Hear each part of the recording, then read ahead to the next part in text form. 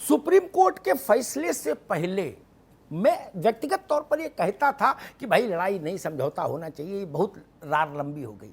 लेकिन मैं जानता था मेरी बात किसी पक्ष को ग्राह्य नहीं थी, जो लोग स्टेक होल्डर्स थे उस लड़ाई में। अब मान लीजिए सुनील कौशिक को ग्राह्य हो, फजील अहमद को ग्राह्य हो या यतीम मांगो, तो हम लोग तो कुछ नहीं, जिनके दस्तखत थे वहां लड़ाई में वो मानने को कहते अग्निहोत्री जी ऐसा कैसे हो जाएगा, ईंट सीट बजा देंगे, तो भाई बजाओ, बज गई ईंट सीट। अदालत हिंदुस्तान, सबसे बड़ी अदालत हिंदुस्तान की, उसका जजमेंट आ गया। इतना खूबसूरत जजमेंट है, मंदिर भी बने, मस्जिद भी बने, सबके लिए एक व्यवस्था दे दी। सबसे बड़ी अदालत ने, शासन ने उसके अनुरूप जमीनें दे दी। चैप्टर बंद करो महाराज। कब तक ये गीली लकड़ी सुलगाए रखोगे ताकि धुआं बना रहे और धुएं में आनंद लो? अब ये विषय चर्चा का नहीं होना चाहिए कभी। क्या जो कड़वी स्मृतियां हैं उनको छाती से लगा के रखना अच्छा है क्या? वो देश कभी आगे नहीं बढ़ सकता जो कड़वी स्मृतियों को लेकर चलेगा। वो इंसान कभी आगे नहीं बढ़ पाता जो भूलो छोड़ो माफ करो का सिद्धांत नहीं जानता। हजारों साल के मसाइल आज ही सुलझाओगे क्या, उठाओगे? मैं इसके पक्ष में नहीं ना। भारत की संसद ने कानून पारित किया था 93 में, धार्मिक स्थल कानून, नरसिंह राव लाए थे। मैं उसके पक्ष में हूं, अन्यथा हरि अनंत हरि कथा अनंता हो जाएगा। 1000 साल तक मसले उठते रहेंगे तो भी मसले खत्म नहीं होंगे। 1000 साल तक रोज एक मसला उठाओ फिर भी खत्म नहीं होगा।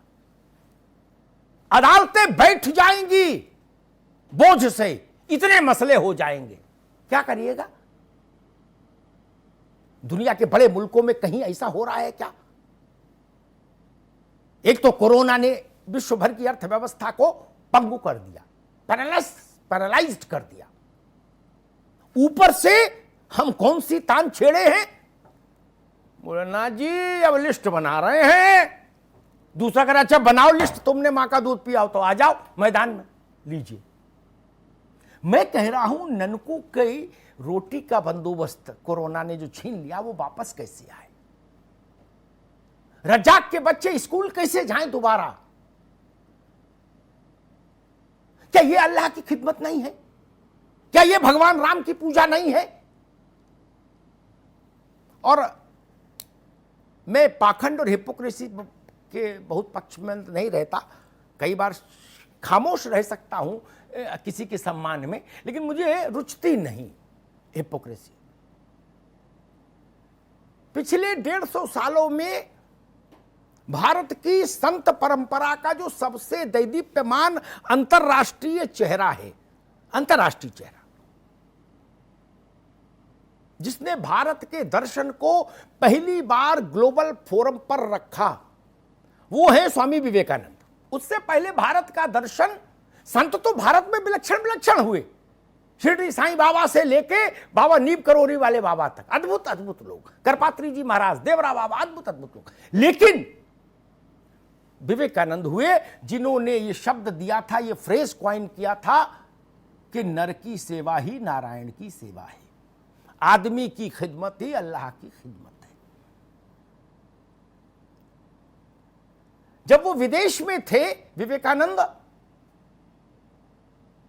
तो मठ के जो कर्ता धर्ता थे उनके नीचे के लोग, यतीमा सुनिए, आप भी एक मठ मंदिर चलाती हैं, उन्होंने चिट्ठी लिखी कि महाराज खर्चा कम पड़ रहा है, भोग प्रसाद पूजन सबके लिए, घंटा शंख घड़ियाल सब बज रहा है, कुछ खरीद के भी लाना, बहुत सारा काम।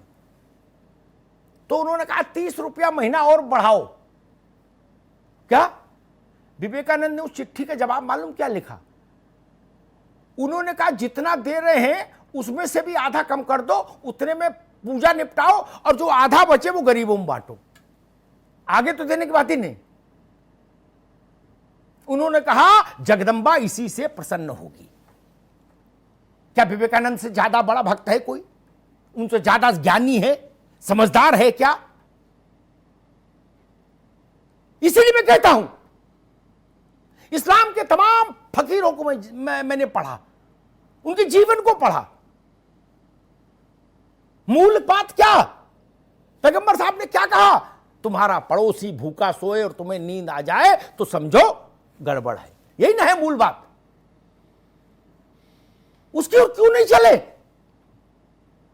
अयोध्या का प्रसंग था, उसमें बहुत आंसू थे, बहुत खलिश थी, पीड़ा थी, रुदन था।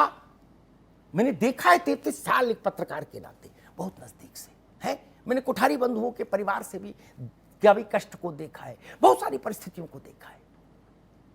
इकबाल अंसारी के अब्बा के साथ भी मैंने देर रहकर देखा कि मसला क्या है, कैसा है। मैं उसमें नहीं जाना चाहता कि परमहंस और इकबाल अंसारी के पिता हाशिम अंसारी एक ही रिक्शे पर जाते थे क्या? उससे बेहतर चित्र कुछ हो सकता था क्या? मुकदमा दोनों एक दूसरे के खिलाफ लड़ रहे थे, लेकिन जाते एक रिक्शे पर थे। लोग मजाक बनाते, कहते जी बताइए, अमिताभ जी कहते गंगा जमुनी संस्कृति, गंगा जमुनी नाम की कोई संस्कृति नहीं होती। तो मैं उनको कहता हूं ये परमहंस और हाशिम अंसारी की फोटो देख लो, यही गंगा जमुनी है भाई। गंगा जमुनी थोड़ी ना कि मैं अपने हाथ में गंगा जमुना लाके कहीं खड़ी कर दूंगा। इसलिए मैं कहूंगा इस विवाद को यहीं छोड़िए। अदालतों ने निर्णय कर दिया, आप लोग नहीं सुलझा पाए, अदालतों ने सुलझा दिया। सिर झुकाइए, अदालतों के फैसले का मान रखिए और मूव ऑन, जिसको हम लोग कहते हैं अंग्रेजी में, आगे बढ़िए। भारत समृद्ध बनेगा, भारत शक्तिशाली बनेगा, सुरक्षित बनेगा, विज्ञान से प्रगति हासिल करेगा, तभी हमारी आने वाली पीढ़ियां सुरक्षित रहेंगी, संपन्न रहेंगी, सशक्त रहेंगी और भारत का विश्व में मान रहेगा। धन्यवाद।